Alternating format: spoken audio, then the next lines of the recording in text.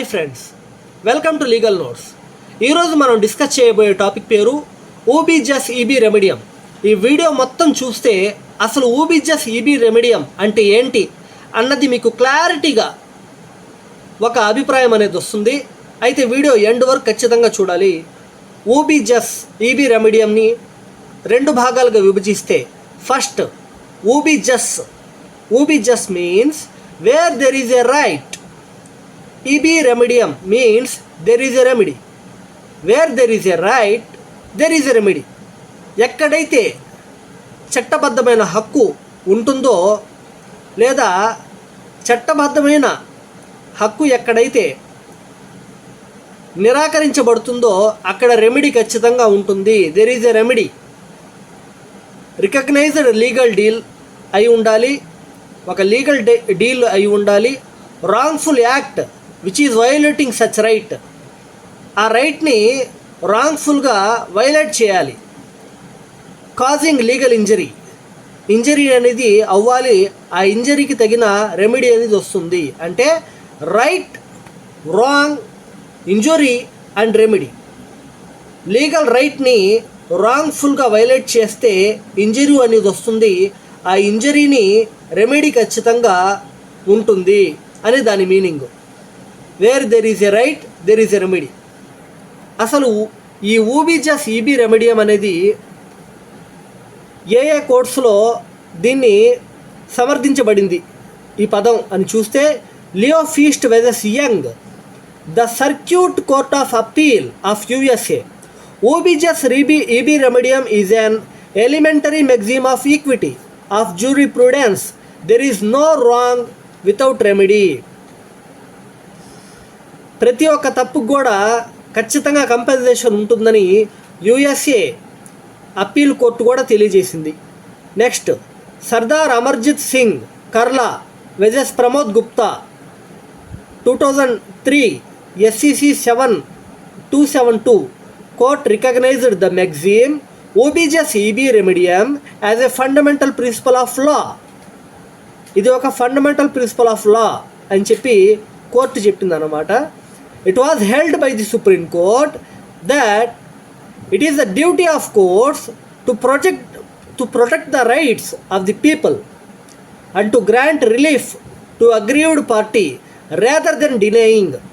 Court యొక్క బాధ్యత ఏంటంటే, ఎవరైతే ఆపోజిట్ పార్టీస్ ఎవరైతే కోర్టును ఆశ్రయిస్తారో వారికి ఖచ్చితంగా రిలీఫ్ ఇవ్వడం, వారిని నిరాకరించకుండా తగిన న్యాయం కల్పించడం కోర్టు యొక్క డ్యూటీ అని ఊబిజస్ ఈబీ రెమెడియంని కోర్టు సమర్థించింది.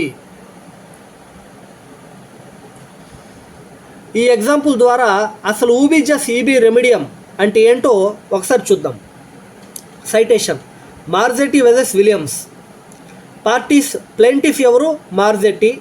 డిఫెండెంట్ ఎవరు? రెస్పాండెంట్ అంటే విలియమ్స్.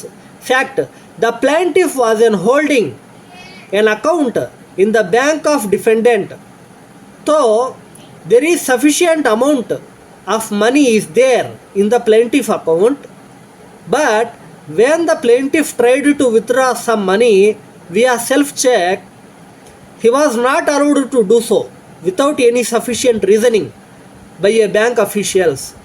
మార్జెట్టీకి విలియమ్స్ అనే అతని బ్యాంక్ అకౌంట్ అనేది ఉన్నింది. బ్యాంక్ అకౌంట్లో తగిన బ్యాలెన్స్ కూడా ఉన్నింది.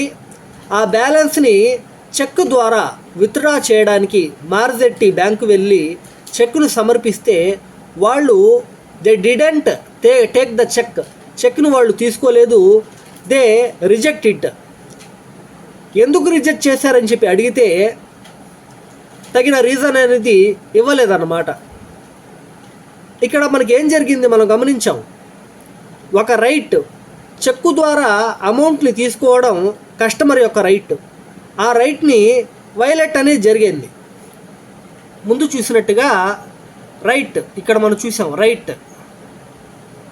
రైట్కి రాంగ్ అంటే వైలేషన్ జరిగింది, దాని ద్వారా ఇంజురీ అవ్వాలి, ఆ తర్వాత రెమెడీ అనేది వస్తుంది.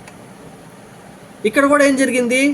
ఇంజురీ అనేది జరిగింది. ఎస్, డ్యామేజ్ డబ్బులు తీసుకోకపోవడం వల్ల ఈయనకి ఏమైనా డ్యామేజ్ జరిగిందా అంటే జరగలేదు, డ్యామేజ్ అనేది జరగలేదు, కానీ ఇంజురీ అయితే అయింది. Even though the plaintiff suffered no monetary loss, defendant liable for refusing the customer cheque and therefore committed the tort. Damage జరగలేదు కానీ ఇంజురీ అయితే జరిగింది, కాబట్టి ఇది టార్షియస్ లయబిలిటీ కింద వస్తుంది. అంటే రైట్ని వైలేట్ చేశారు, దానికి తగిన కంపెన్సేషన్ కూడా ఇవ్వాలి. సింపుల్గా ఒక 4 హెడ్డింగ్స్ ద్వారా మనం చూస్తే, చెక్ని హానర్ చేయమని అడిగారు, no we're not paying you the amount అని బ్యాంకు వారు చెప్పారు. But why I have a sufficient balance అని ఇతను చెప్పాడు. వాళ్ళు ఎటువంటి రీజన్ ఇవ్వలేదు, చెక్ని రిజెక్ట్ చేశారు. అంటే లీగల్ రెమెడీ ఖచ్చితంగా వాళ్ళకి లీగల్ రెమెడీ అనేది ఉందన్నమాట. వాళ్ళకి లాస్ జరగకపోయినా కానీ లీగల్ రెమెడీ ఖచ్చితంగా ఉంటుంది, ఎందుకంటే వాళ్ళ రైట్ని వైలేట్ చేశారు కాబట్టి. నెక్స్ట్,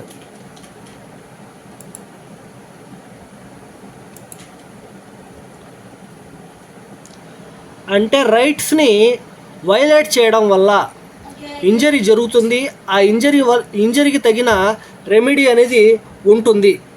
దాన్నే ఊబిజా సిబి రెమెడియం అంటారు. అంటే there is no wrong without remedy లేకుండా ఎటువంటి తప్పు కూడా ఉండదు. చేసిన ప్రతి తప్పుకు కూడా రెమెడీ అనేది ఉంటుంది అని దాని మీనింగ్. ఈరోజు వీడియో ఇంతవరకే friends. Thank you for watching this video. Please subscribe my channel and give motivation to us. Thank you for watching.